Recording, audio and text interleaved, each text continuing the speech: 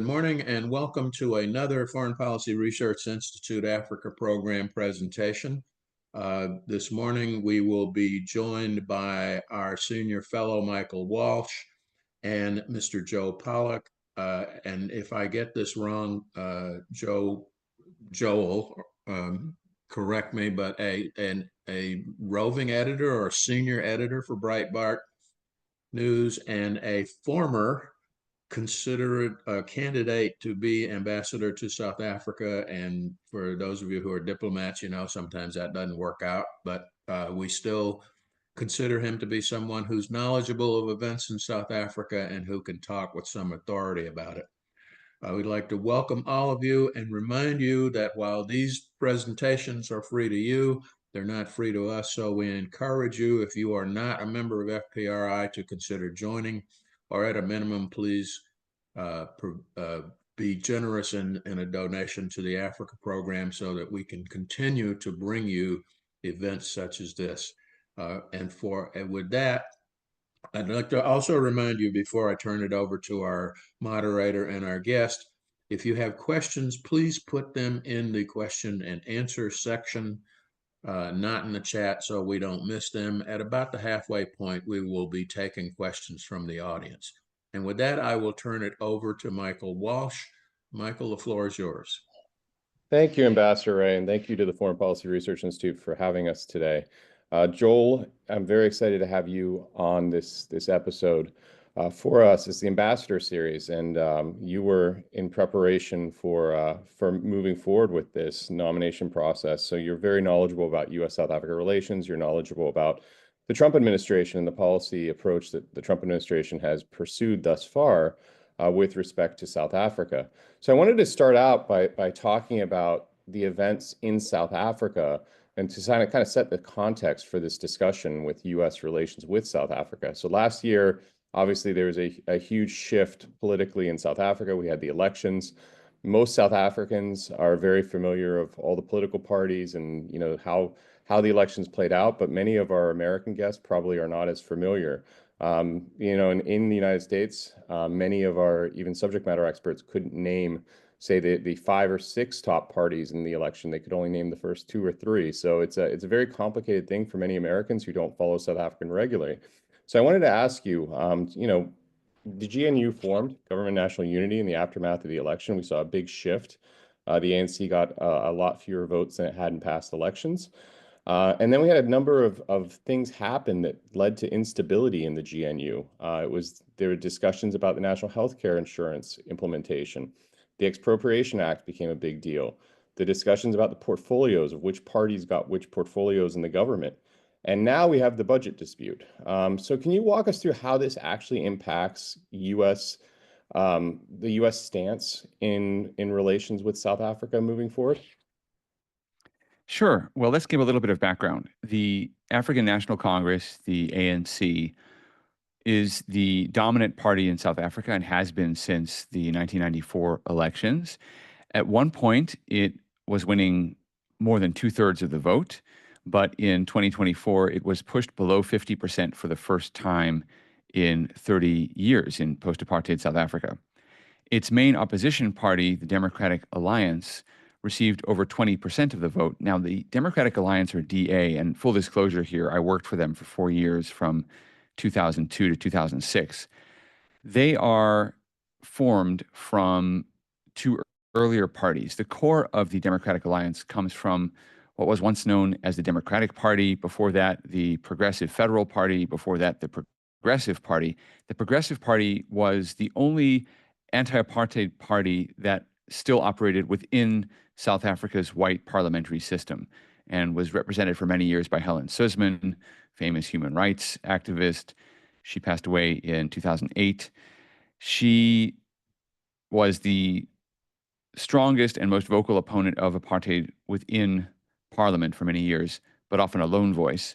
From that small core, the party grew, and very controversially, in the late 90s, it merged with the old party that had actually run the apartheid system, the National Party, which was by then declining and on its way out, and they united to form the Democratic Alliance. Many of the progressive voters were upset about that, as were some of the National Party voters, but essentially the party has consolidated the opposition. And that was the strategy, not just to stick to its principles, which are broadly free market and small government oriented principles, but also to broaden the base of the party to take in opposition voters who traditionally supported other parties and also to make inroads into the black electorate. So the Democratic Alliance has been slowly expanding its appeal, and it is the second largest party. There are several other parties that are important, the most important of which is the Economic Freedom Fighters Party. They hover around 10% plus or minus.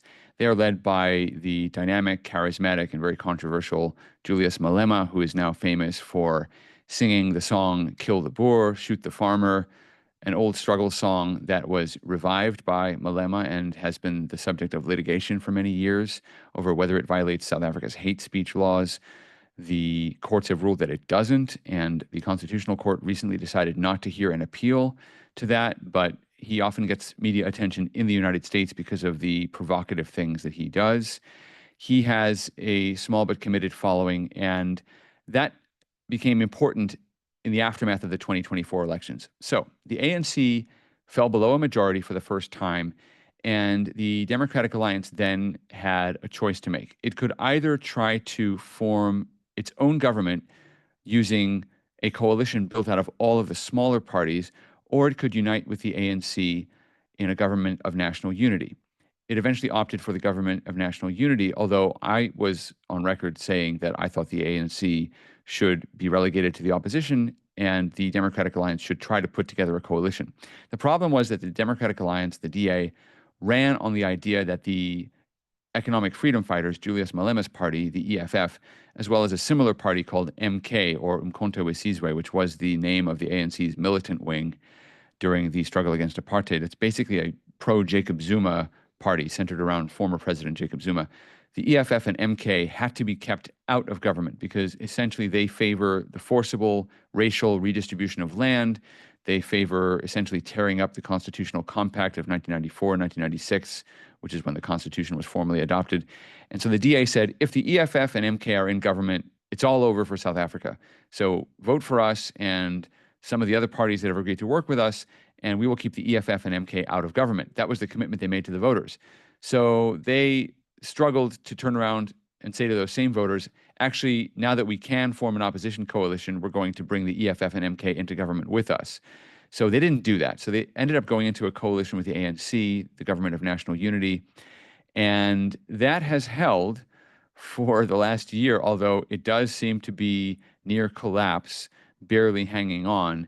And as Michael said, there are various disputes that erupted in this coalition. I think some of this was predictable. I said at the time, the problem with being in a government of national unity where you're the junior partner is that you're going to get blame for everything that continues to go wrong with the ANC, and there's not much you're going to be able to do to change it. So that does seem to have happened, although the DA has been, in a sense, saved from the political consequences only by the fact that the ANC is plummeting in the polls even faster than the DA is losing credibility with its own voters for being in this government. The ANC is now deciding what to do. They could kick the DA out of its ministerial post, effectively ending the government of national unity. The other option is they may invite more and more political parties into the government of national unity, thereby diluting the DA's influence within the government of national unity while preserving the GNU. And I think that latter course appears to be what they're going to do, but we'll have to wait and see. So from a U.S. perspective, from our own political establishment, both of the two large parties, the DA and the ANC, have rubbed domestic parties in the U.S. the wrong way at different times. You know, with the ANC, there seems to be a lot of bipartisan support for the notion that some things in their manifesto on U.S. foreign policy and U.S. foreign policy approach is wrong and undermines U.S. national security and foreign policy interests. And we saw this with Ruben Brigady when he was ambassador and how he spoke out against the ANC manifesto. So this isn't just a purely Trump administration gripe with the ANC. On the DA side, there's been concerns about the ability to retain and really grow non-white politicians within the party and have them be able to stay in their positions and feel that the party is meeting the needs of that constituent group. So I wanted to ask your opinion. I mean, when we look at it from a U.S. perspective and we look at the two major parties in South Africa, the administration obviously seems to have a good relationship with the DA and a confrontational one with the ANC. How do the parties, align with U.S. interests or not align with U.S. interests on an individual basis? That's a great question. Well, let's start with the ANC. I often like to say that the best way to understand South African politics and foreign policy in particular is to understand that South Africa may be the only country in the world that believes the Soviet Union won the Cold War. And that's because if you look at the sequence of events, the ANC sided with the Soviet Union, or the Soviet Union offered the ANC support in the 1970s, and that continued throughout the last decade and a half of the struggle against apartheid. And then Nelson Mandela was freed from prison, negotiations commenced, and the ANC came to power. So, from that narrow perspective from within South Africa and the South African liberation movement, the payoff for siding with the Soviet Union was pretty big. And the Soviets essentially won. The South African Communist Party came into government with the ANC.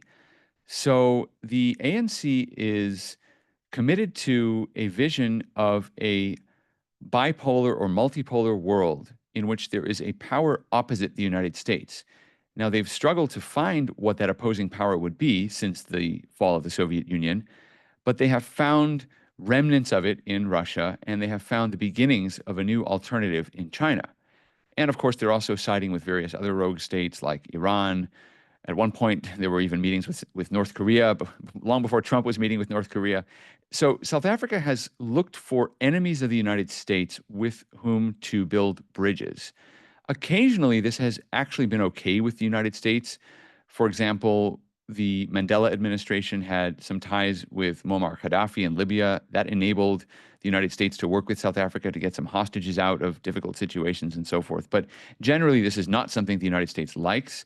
And when South Africa appeared to side with Russia's invasion of Ukraine a couple of years ago, the Democrats in Congress began turning against South Africa. So that's where that bipartisan opposition to the ANC's foreign policy really came to fruition that Michael just spoke about.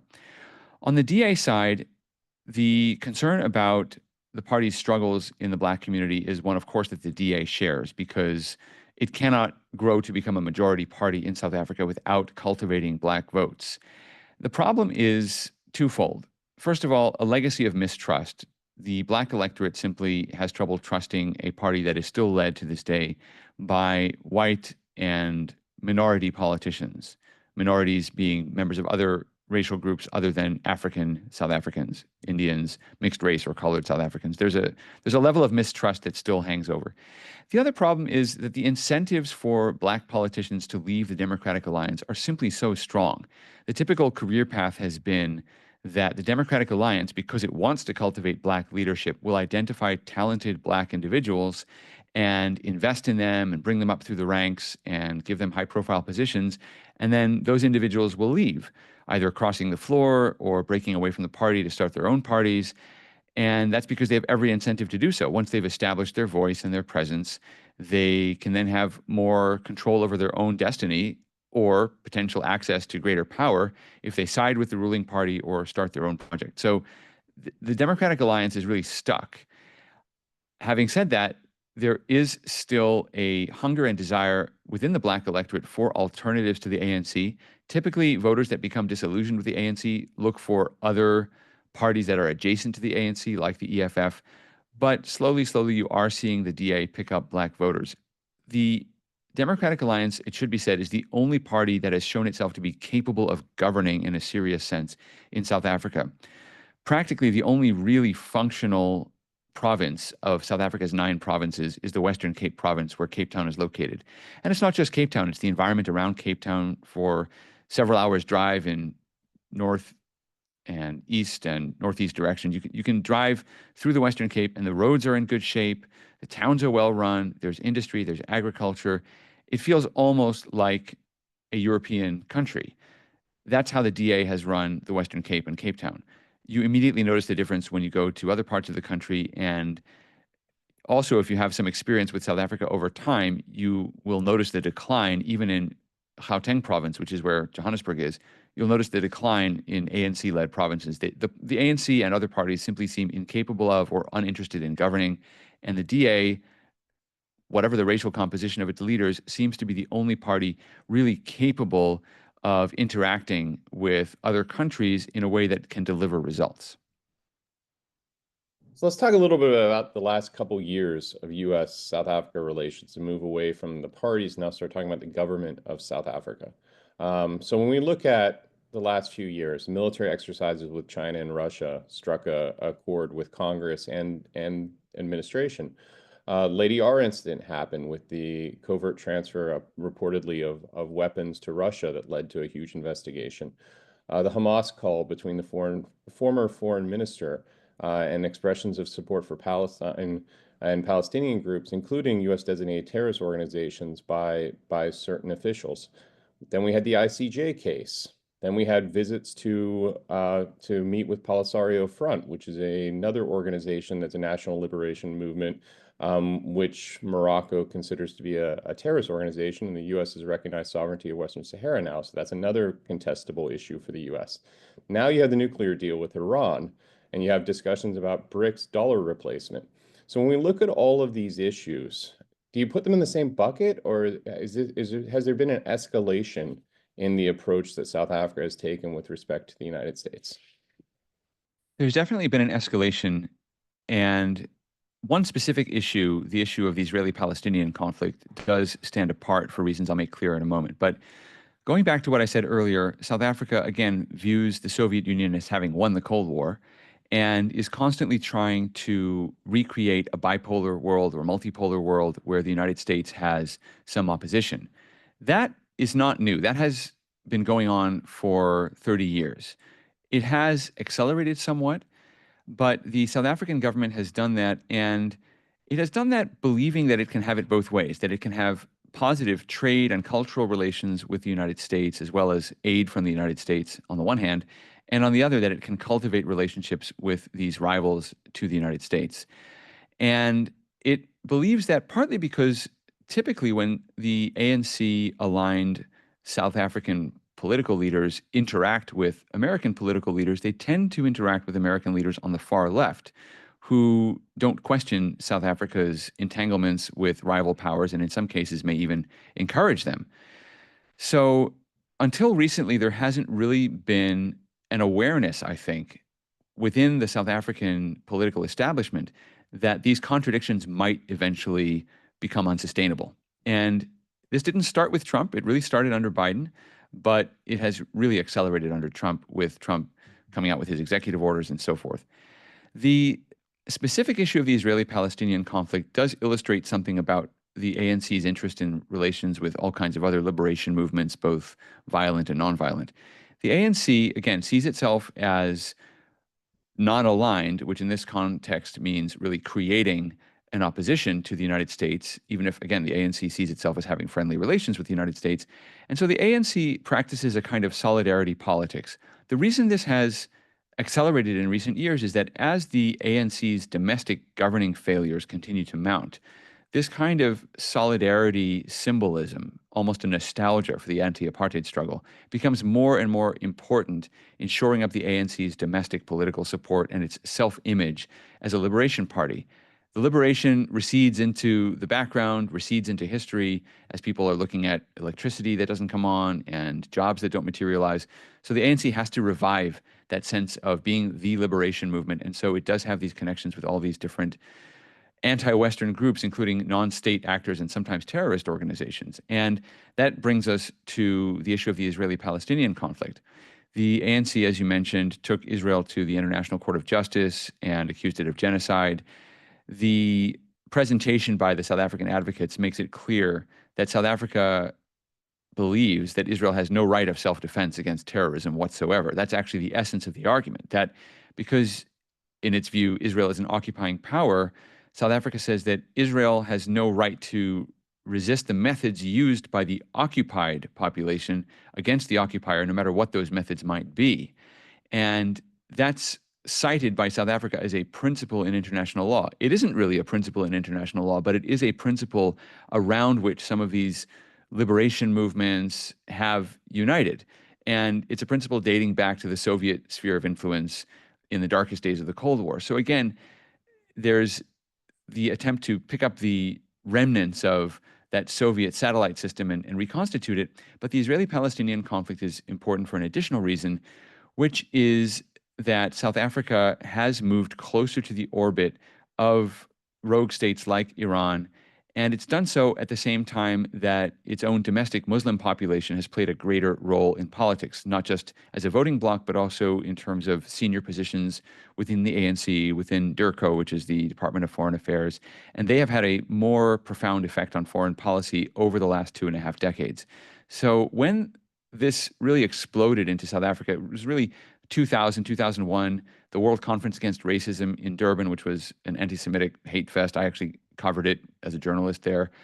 Then the Second Intifada started, and South Africa was still attempting somewhat to play a kind of peacemaking role, but eventually that was swamped by the domestic political forces that were pushing South Africa to take a more aggressive and hostile role toward Israel. And that has eventually resulted in the impasse between South Africa and the United States over the ICJ, which has also become an impasse over the International Criminal Court, a separate body that's now trying to arrest Prime Minister Netanyahu.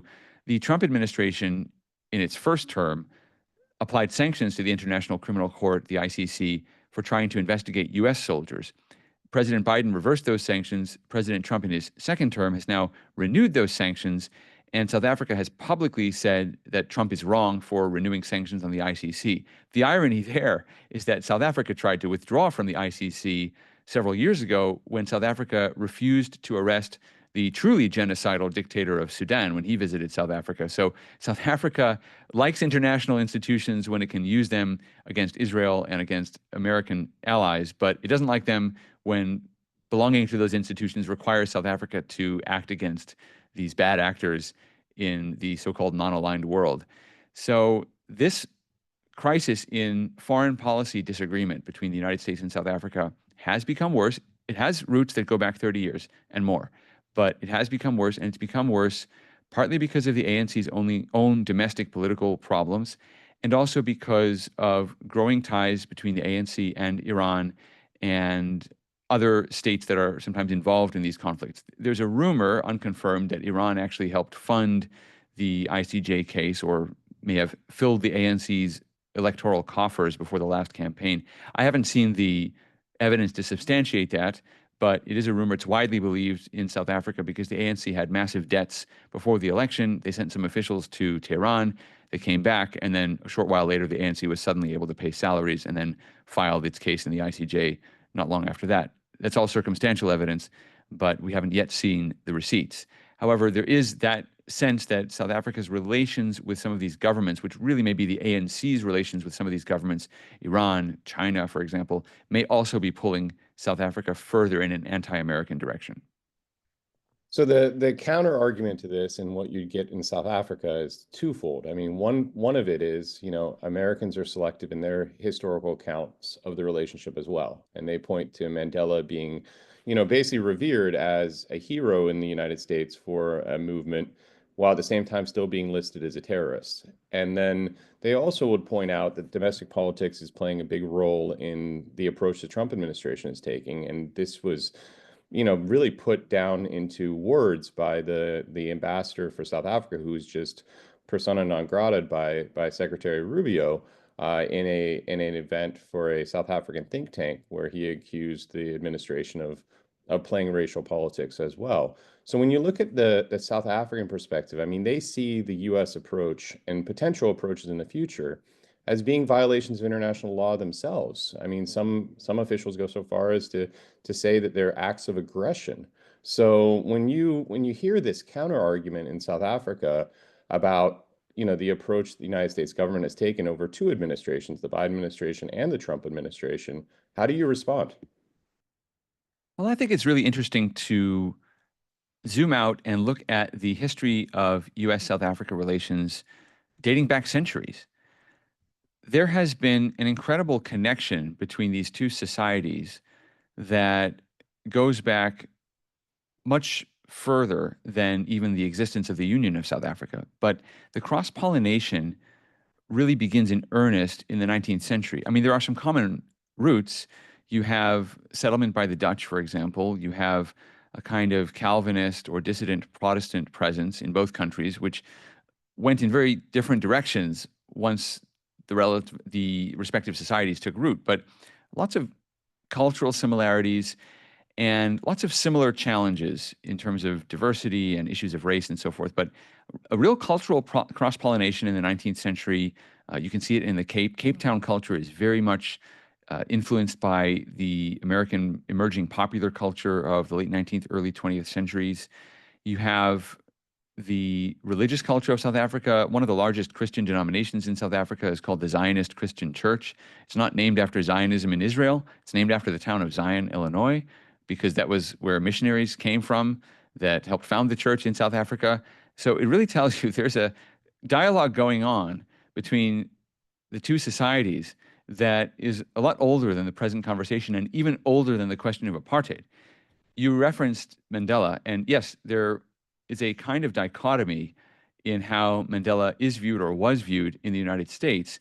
And there was a tension between the idealism that Americans like to see in their foreign policy and the realism of Cold War necessity, which meant that because South Africa was a pro-Western government facing off against communist-backed militias on all of its borders, that the United States had to back the apartheid government even while also expressing reservations or outright criticisms of South Africa's apartheid policy. So it's true that from within South Africa, the ruling elite, the ANC-dominated political elite and political commentariat in the media will constantly remind their audience that the United States backed the apartheid regime militarily.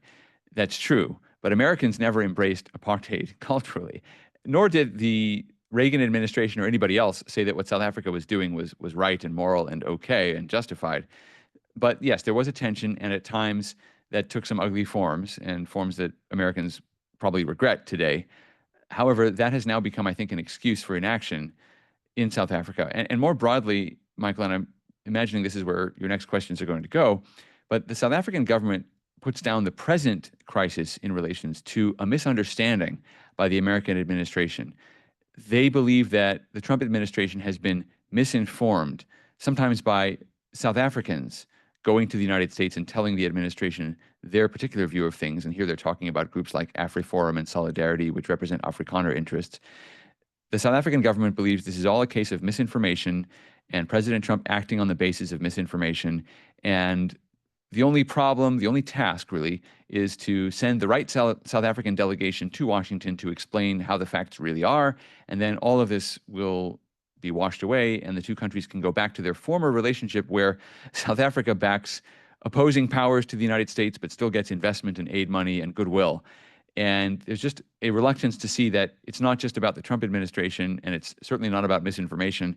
It really is about a divergence that emerged under, as you point out, President Joe Biden, and has widened since then.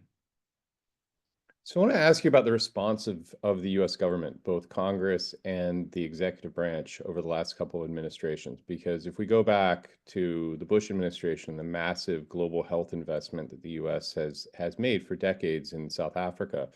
But when we look at the more recent actions, I mean, we've had a lot of contestation, a lot of debate over U.S. relations. The AGOA renegotiations is, I think, one of the biggest issues that was at the forefront of the policy community for the last couple of years.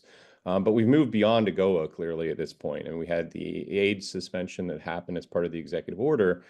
Now we're talking about Magnitsky sanctions or other targeted sanctions against ANC leaders as well as South African government officials. There's been some discussion about extending SWIFT bans on banks that were engaged in terrorist financing, whether knowingly or unknowingly. There's been sectoral sanctions raised, and now there's a discussion about the designation of South Africa as a state sponsor of terrorism. So, I mean, we've seen a lot of discussion about ways the U.S. could respond and try to hold South Africa accountable that have varying levels of support within the U.S. government and varying level of bipartisan versus very partisan support in the U.S. government. So when you look at these various options, I mean, part of the confirmation hearings, I'm sure there would have been members of the Senate who would ask, specific positions on all of these. So when you look at it from a U.S. government perspective, which responses do you think would be most effective, and which ones do you think are most likely to happen over the next year? I think that the most effective response would be one that encourages a political change in South Africa. That doesn't necessarily mean the DA taking over the government, but it means, at the very least, a change in the policy framework that the ANC uses, both foreign and domestic. The ANC could remain in power if it adopted a different set of policies, and that would still be in America's interests. There has to be that kind of political change for relations to improve. So, how do you encourage that political change? Most of the responses you've mentioned are punitive, and they punish South Africa for its foreign policy and, in the case of the Expropriation Act, which President Trump has taken exception to, for its domestic policy as well. The idea of targeted sanctions against the ruling party and its members may have the most appeal because it's not just punitive, it also has an information component. If the South African public knows which of the members of the government or the ruling party are considered to be corrupt, not just locally, but by international opinion, and if those sanctions come along with revelations of where the assets of these individuals might be, because there's wide suspicion that they have, sorry, I don't hear myself anymore. They've taken assets out of South Africa and moved them to bank accounts in various other places. The South African public would like to know where those are, what those assets are, where they are.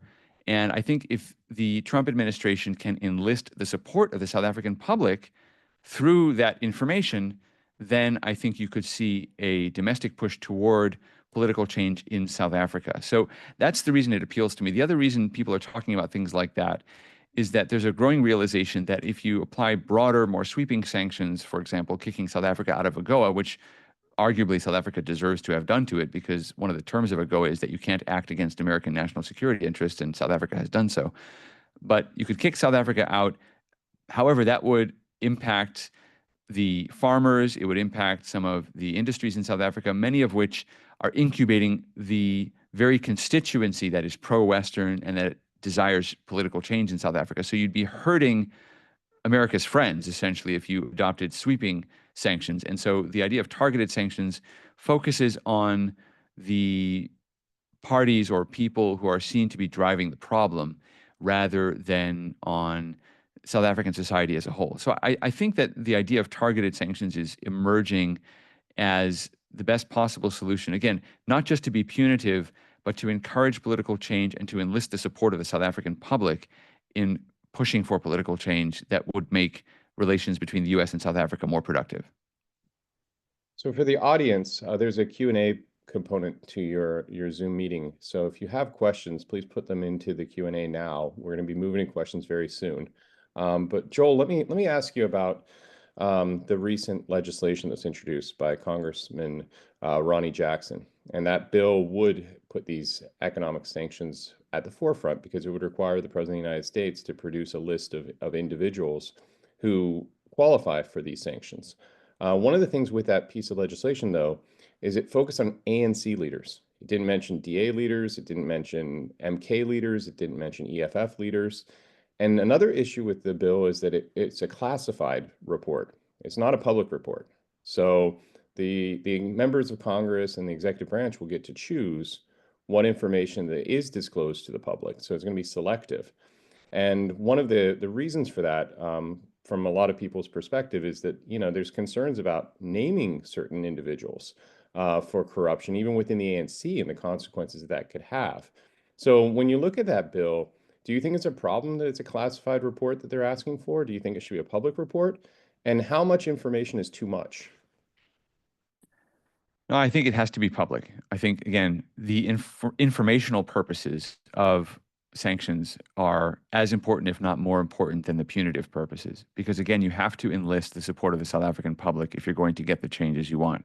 You need policy changes or changes in who runs the government, whatever form the changes take, you have to have some political change in South Africa to change the relationship. It's clear that the ANC by itself, on its current policy course, will not take the actions necessary, will not make the compromises necessary to improve relations with the United States. So you've got to enlist the power of the South African public, and the only way to do that is through transparency. I'll give you an example.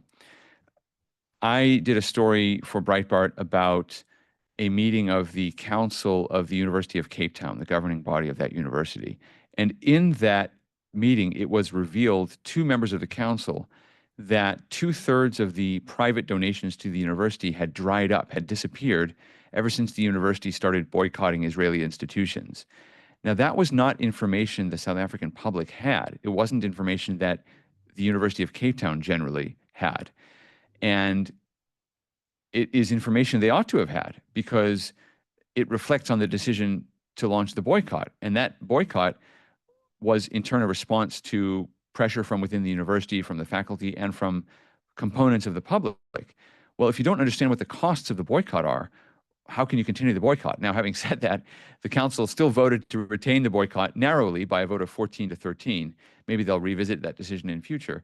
But the point is, when that information emerged, there was panic at the University of Cape Town Governing Council. They've now launched a kind of witch hunt where they are bringing a retired judge on board. He's going to conduct a sort of quasi-commission of inquiry to submit all the members of the council for questioning as to who leaked this information. I mean, it's a little bit ridiculous, but it shows you how much they feared this information getting out. When information is out there that the South African public doesn't have, it's incredibly powerful. So I think that it can't be classified. I would just caution against one thing with some of these pieces of legislation.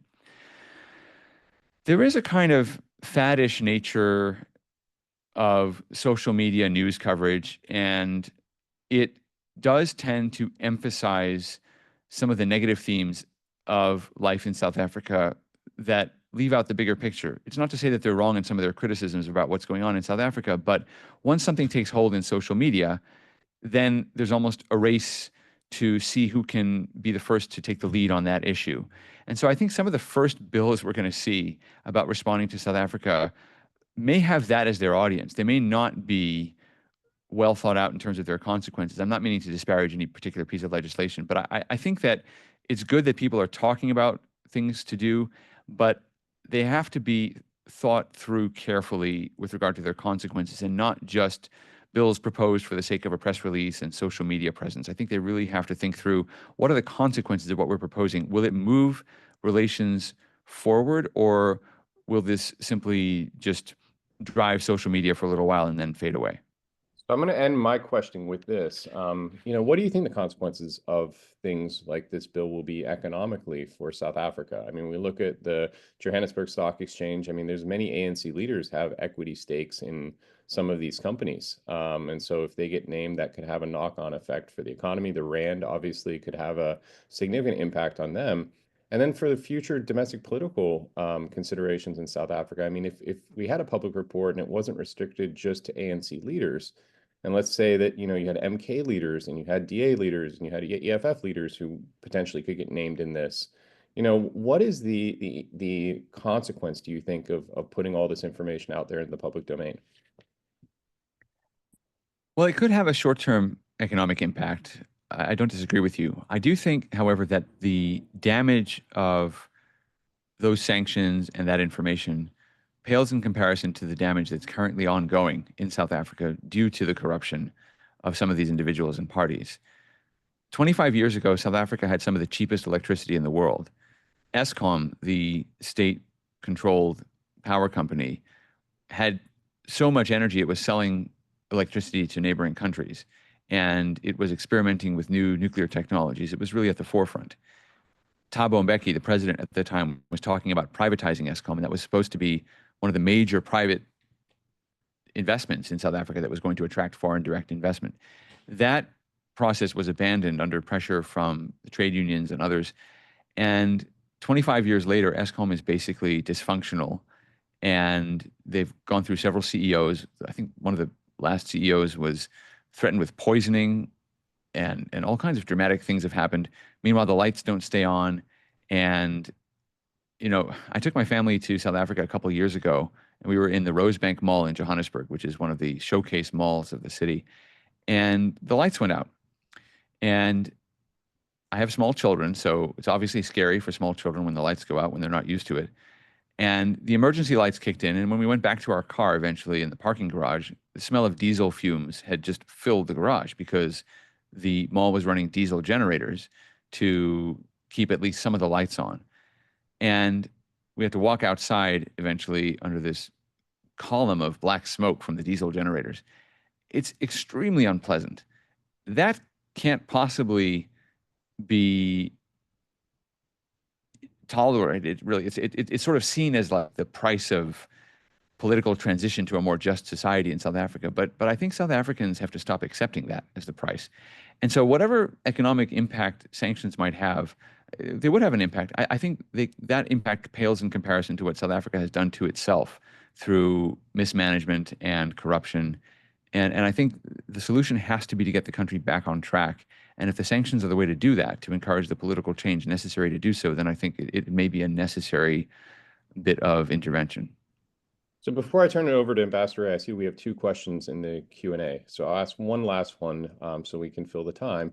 One of the biggest risks for the U.S. ambassador or whoever is acting as chief of mission in South Africa under the current sort of polarization that exists in U.S. politics is making sure that the staff, both the military staff as well as diplomatic staff of the U.S. government in South Africa, are implementing the policies of the elected officials in the United States. And we just saw in Greenland today the announcement that they fired the base commander over an email that was controversial. For the future U.S. ambassador to South Africa, this is going to be a big challenge. I mean, obviously their role as diplomats is to build stronger relations with South Africa, but at the same time, we're in a conflictual relationship. So, had you served as the U.S. ambassador to South Africa, then what do you think you would have done with your staff? How would you have ensured that your staff fulfilled their responsibility to faithfully implement the policies of the administration, even if they had reservations with the approach that was being taken from their own political perspective? That's a great question. I should preface it by saying that whenever I interacted with U.S. Embassy staff when I was in South Africa, I studied and worked there for almost 7 years, from 2000 to 2006. And I did have occasion to interact with some embassy and consular staff. They were always consummate professionals. They were really, really good. South Africa is a very good posting, and it has many experienced diplomats. And I was always impressed by the nonpartisanship. I'm sure, for example, many of the staffers were Democrats privately when George W. Bush was president of the United States, but they were very faithful to whatever his foreign policy was. And it was controversial at the time. The Bush administration funded PEPFAR and was clashing openly with Thabo Mbeki about HIV and AIDS. And so it may have been difficult for some of the staff members, but they seemed to be quite unified in supporting the administration's policy. I think the challenge that embassy staff face now isn't so much their own political beliefs, but the fact that the media in the United States and around the world so often misunderstand the Trump administration and misrepresent not just the administration, but the electorate that put President Trump in office. And I think part of the misunderstanding, speaking of misinformation, is that many South African opinion leaders draw their information from those same sources. In a recent interview with a South African editor, for example, I was asked to respond to something that appeared in the UK Guardian about Trump. Well, the UK Guardian is a good publication, but it's also pretty much on the left and has no love for Trump or Trump voters, and may not understand what motivates those voters to put Trump in office. And I think that when the previous South African ambassador to the United States, Ebrahim Rasool, expressed the idea that Trump is a white supremacist leader, I think he didn't think it was controversial. I don't think he thought he was saying anything particularly unusual, because that is what is said in many media sources around the world. That's on the New York Times editorial page. And so if embassy staff are consuming mainstream media, as they have to do as part of their jobs often, they're getting that information. And they may not be obtaining information from other sources, which may be more or less reliable generally, but at least on this particular phenomenon, on what Trump and his supporters actually believe, might be much more accurate than mainstream sources. I think that's the problem. I think our media are no longer serving the function they once did of providing accurate information, and it does require a wider diet of media sources if you really want to understand what's going on and what different people are thinking. So my advice to embassy staff would be to read more widely and understand not just the country you're in, but the country you're from, and take the opportunity to understand the people you represent. And if you can't follow the policies of the Trump administration, if you have a problem implementing them, then you have to say this at the beginning. Now is the time to say so, and there are many other ways to contribute, but serving in the U.S. government foreign service is not one of them. But I think that you would offer people an opportunity to widen their diet and understand the perspective, I think, of the other half of America, who are not always so well represented in the Foreign Service. All right, thank you both very much. Interesting discussion. We do have some questions from the audience, and I'll start with the first one here. What is the U.S. position regarding South Africa's involvement with BRICS, and why do you think that China and Russia invited South Africa to join BRICS? I think President Trump is generally hostile toward BRICS because of the degree to which BRICS is aimed at creating a non-dollar or post-dollar economic world, specifically China's ambition to have more international trade conducted in Chinese currency rather than the American currency. So I think it's hostile on the one hand. On the other hand, I don't think the Trump administration is necessarily that concerned about other countries having multilateral organizations. There's not an effort to end BRICS. BRICS has changed, though, over the last few years, and the entry of Iran, for example, into BRICS is a real problem, not just for the Trump administration. It's a problem for administrations of both parties, because it does seem to give the Iranian regime more legitimacy and more support, more of a platform. So as BRICS moves beyond its economic or currency mission, it's starting to get into areas where it is going to trigger responses from the Trump administration. Why was South Africa included? And it's a good question, because South Africa's economy is much smaller than that of some of the other participants in BRICS, India, Brazil, so forth.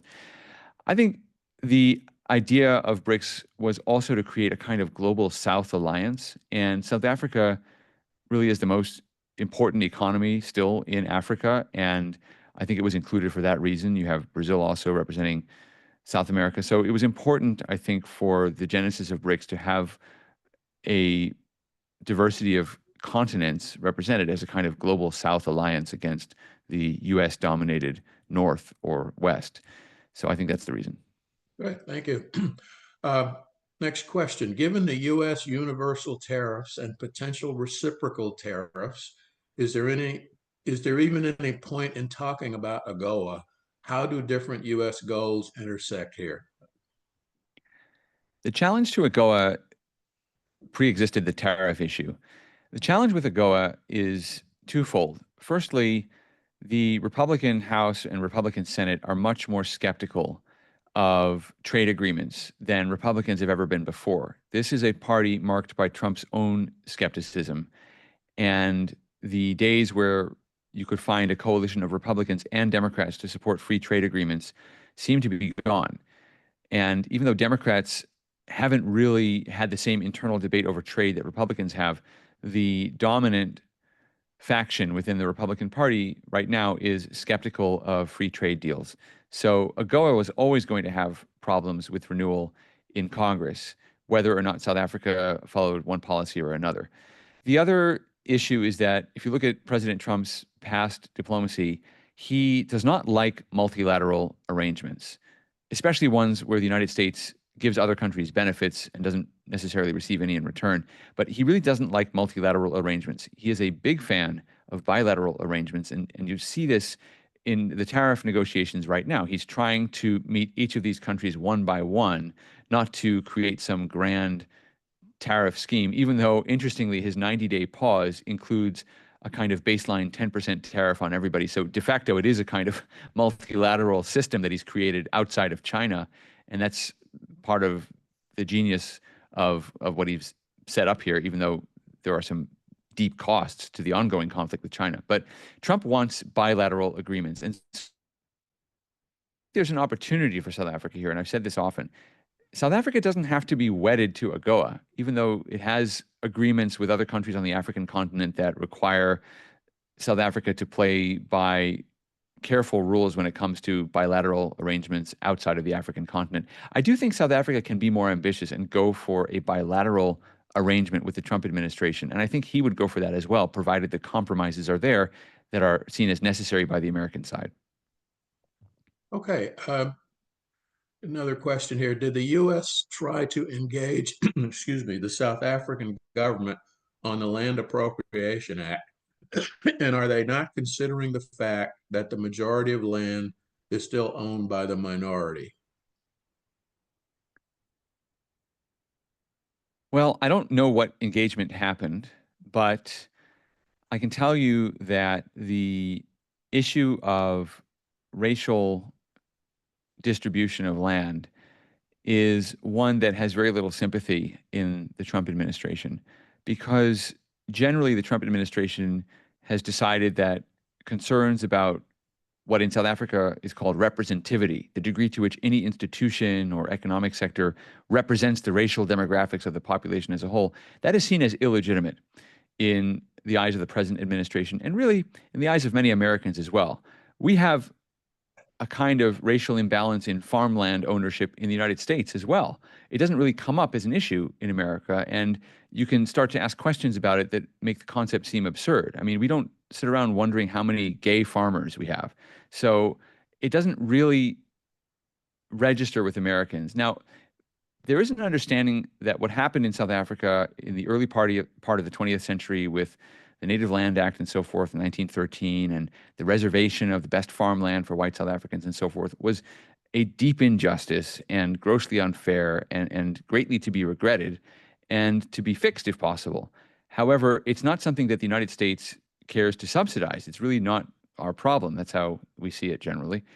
And so if you're looking at the question of how to make South Africa more productive and how to make it a better trade partner, you really want to look at what makes agriculture most successful.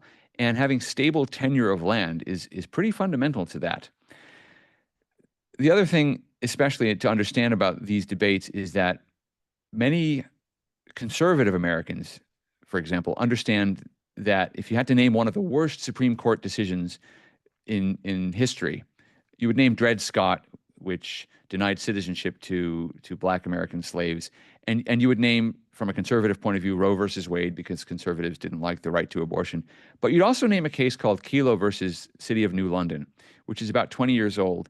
And it was the first time that the courts had allowed the government to use eminent domain powers to take the property of a private landowner for another private landowner. That hadn't been done before. Eminent domain was typically used to take private property for some public agency or public purpose. In this case, the private property was seized so that a developer could build a development, the idea being that, well, that development will have a kind of indirect public purpose of creating economic growth. And that case was so controversial that it's basically isolated. It's not really one that established a precedent that has been followed. It's seen as the wrong decision in retrospect. What South Africa's Expropriation Act does is it essentially adopts the Kelo principle, which is that we allow the government to seize private property to give to some other private individual, and we're going to say that that's a public purpose. We've had that debate in the United States, and we've rejected it. So when the Expropriation Act came up, it's not just about the racial issues. It's also playing into a discussion among Americans about the limits of government's eminent domain power. And the South African legislation crosses those boundaries in a way that Americans are reacting to. Okay, thank you. One last question before we end. What do you think is going to happen with the G20 summit this year that South Africa is supposed to host? For example, if South Africa is designated as a state sponsor of terrorism, that could complicate the ability of many other G20 member states to attend. How do you see that working out? Well, that would certainly make the summit difficult to hold. However, I think that the summit can be used in a positive way as a kind of a deadline. So the United States and South Africa have until November, when the G20 summit is supposed to happen, until November to sort out this problem. There's a unique window of time right now to get these controversies and differences ironed out and perhaps to reach a bilateral agreement. I think the onus is on the South African government. If it wants to be seen as having successfully led the G20, rather than having been the country in charge when the G20 lost its relevance and essentially fell apart, then I think South Africa needs to start making compromises, not talking about misinformation and sending the right people over to persuade Trump that he had it all wrong to begin with about the farmland and so forth, but really to put compromises on the table to engage the Trump administration in a substantive dialogue about a bilateral arrangement. Then I think the G20 summit could be extremely successful. And you could see senior members of the United States government, perhaps even the president, attending, and South Africa handing off the presidency of the G20 to the United States, which is due to take over at the end of the year, in a triumphant way. In a way, the G20 summit gives us a kind of vision of what could be possible if these differences can be resolved. So I think it should put pressure on both parties, but especially South Africa, to think about how to make sure that happens and not the alternative you described, where the G20 falls apart, people can't attend, and South Africa is seen as the country that destroyed the institution rather than the one that took it forward into a new era. Well, thank you. Very interesting and a lot of food for thought. I want to thank our audience for attending today, and I apologize that we didn't get to all your questions. We seldom do. These are always subjects that generate a lot of interest. This program is recorded and will be on YouTube within the next 24 to 48 hours. I encourage you to share it with your friends. Again, I want to thank Michael and Joel for a brilliant discussion, and we look forward to seeing you all again next time. Thank you all for being with us.